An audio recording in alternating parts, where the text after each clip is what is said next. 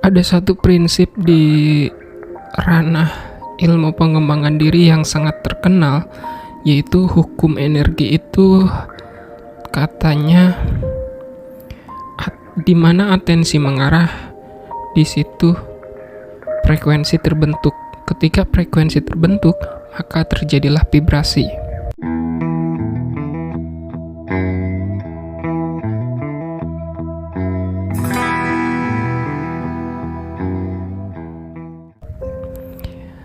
Dari sini dulu saya belum pernah ketemu gitu maksudnya seperti apa, tapi setelah mengalami di kehidupan saya bahwa hukum energi ini benar adanya.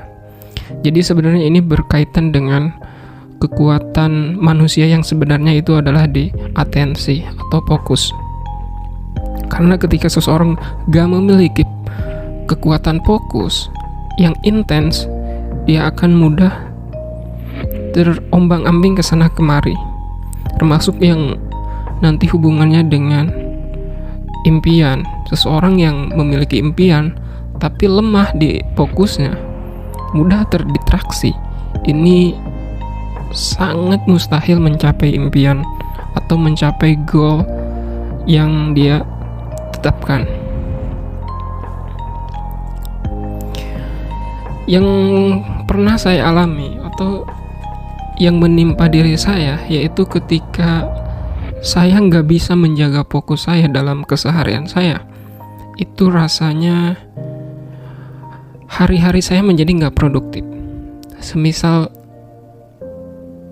saya kasih contoh, saya dalam satu hari itu saya targetkan harus belajar berapa jam. Misalkan belajarnya itu misalkan dari YouTube, dari sosial media, dari blog.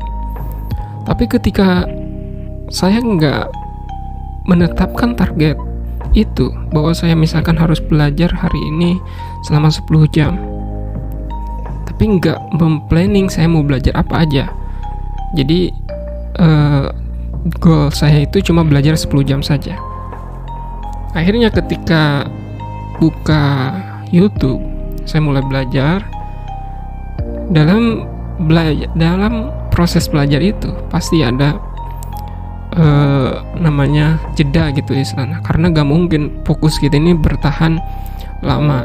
Ada rank fokus kita, ada yang 10 menit, 20 menit, 30 menit, 1 jam, bahkan berjam-jam. Itu tergantung kita bagaimana membiasakannya.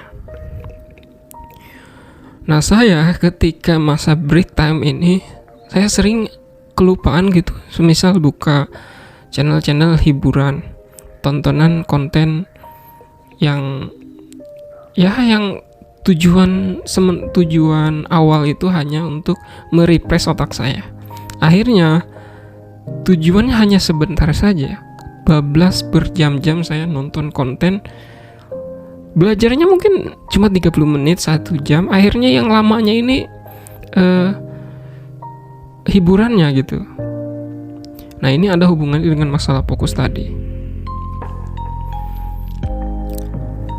Jadi ketika kita sudah terlanjur gitu, fokus kita sudah terdistraksi dengan hal-hal lainnya, maka kita akan mudah alih fokus itu.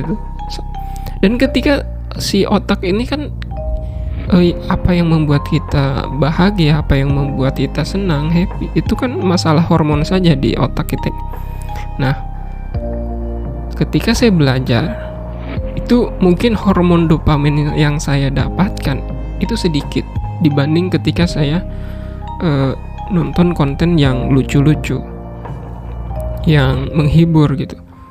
Akhirnya ketika fokus saya teralihkan kepada hal itu dengan sangat intens, saya ingin kembali lagi nih, udah 1 jam, saya mau balik lagi. Itu sulitnya minta ampun. Itu sulitnya minta ampun untuk mengarahkan lagi kepada saya harus balik lagi nih, harus belajar nih.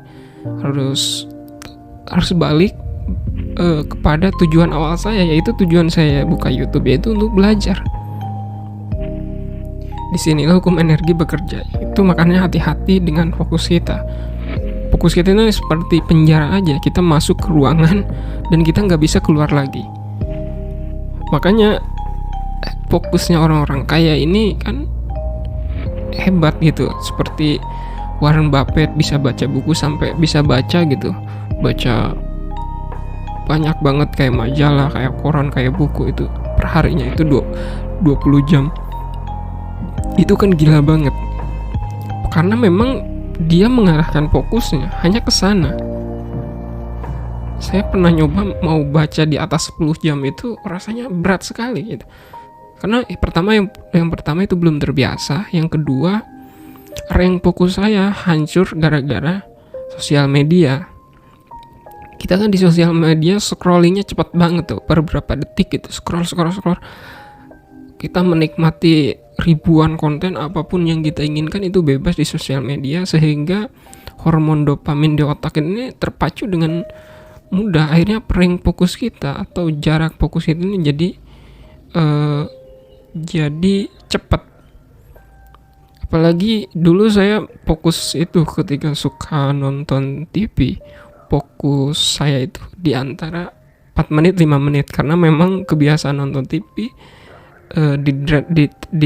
ditraksi oleh iklan yang jedanya sekitar segituan. Tapi hari ini gilanya di eranya sosial media ini lebih cepat lagi. Bahkan ketika saya terbiasa sosial media berlama-lama di sosial media, dan ketika saya mau kembali melatih fokus saya, misalkan mau meditasi, itu nggak bisa. Hanya sekitar 7 menit, 5 menit, bahkan lebih cepat dari itu. Sering banget otak itu terdistraksi. Terdistraksinya itu kalau kita menghentikan pikiran kita, itu si otak itu berkelannya cepat-cepat banget gitu. Ini artinya apa? Bahwa kekuatan yang sebenarnya itu adalah di fokus kita. Makanya enak banget ketika seseorang sudah fokus, misalkan fokus dalam kerjanya, itu pasti akan super produktif. Karena si hormonnya ini terpancingnya di situ. Jadi untuk Anda semua yang mendengarkan podcast saya, coba latihlah melatih fokus dengan cara meditasi. Dengan cara, kalau mau melatih fokus itu yaitu dengan cara meditasi, dengan cara baca buku sebanyak-banyaknya waktu kita dihabiskan untuk membaca. Ketika fokus kita lama, ring fokus kita lama, kita perlahan-lahan meningkatkan fokus kita. Dan itu kalau fokus kita hanya kepada satu hal, itu kemungkinan kita bakal diulangi di lain waktu. Misalkan kita sudah terbiasa membaca 10 jam, maka ketika kita nggak membaca 10 jam atau kita membacanya di bawah itu rasanya nggak enak banget, karena si otak kita sudah terbiasa mendapatkan hormon dopamin dari hal itu.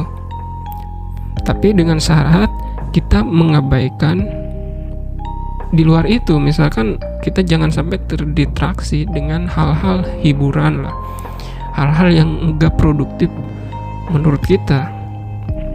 Ini impactnya ke kehidupan saya yakin dahsyat banget. Misalkan contoh, kita mau mengerjakan project dalam bisnis.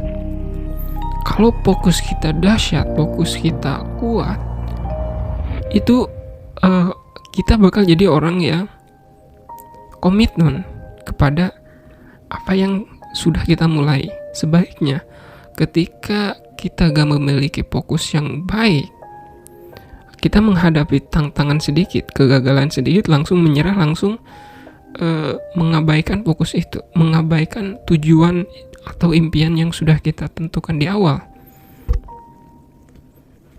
Tapi kalau kita memiliki fokus yang kuat, fokus yang benar, itu kalau kita memulai sesuatu, maka kemungkinan besar kita akan sampai menyelesaikan sesuatu itu sampai selesai. Karena tantangan demi tantangan itu menjadi kenikmatan, walaupun bentuknya nggak enak gitu. Misalkan kegagalan, misalkan kita gak menemukan solusi ini harus apa, misalkan itu akan kita rasakan menjadi nikmat.